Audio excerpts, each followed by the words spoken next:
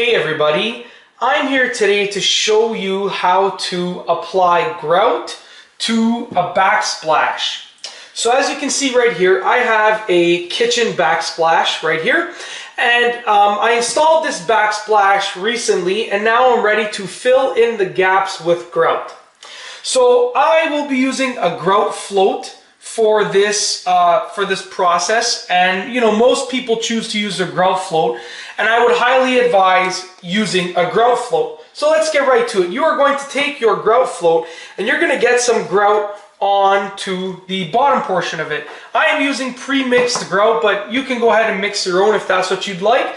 Now once you have your grout on the grout float, you're going to press it down and force it into the crevices on a diagonal angle. So as you can see, I'm not going straight down, I'm not going straight across, I'm going diagonally, just like this.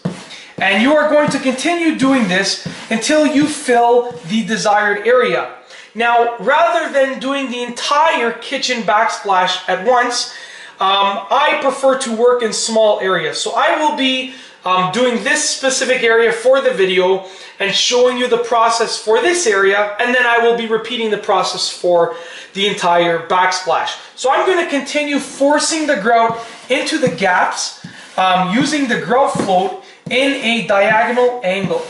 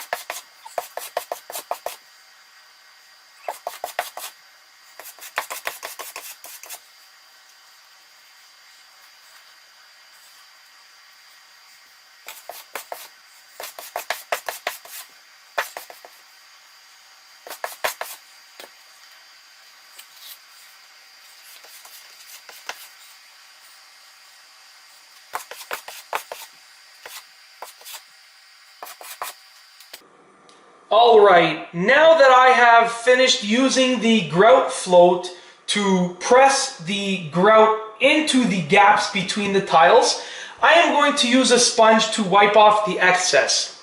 So the goal here is to remove the grout that is actually on the tile, and also to leave the grout that is in between the gaps, leave that grout in place. So I'm going to get my sponge over here and I'm going to wring it out. You do not want a wet sponge. You want a sponge that is barely even damp, okay? So I have a damp sponge and I'm just going to wipe across and in sort of a cross and diagonal direction, and then I will go vertically. It doesn't really matter which direction you wipe though. It's pretty much, as long as you wipe off the excess grout, whatever works for you is absolutely fine. So as you can see here, I've accumulated quite a bit of grout on the sponge, so I'm going to flip it over to the other side so I can start using the clean side. Instead of just, using the clean side will remove the grout instead of just spreading the grout around. So once again, I'm just going to put the sponge in the water and just drain it just like that, wring it out so that it is damp. And I'm going to continue wiping the excess grout off of the backsplash tile.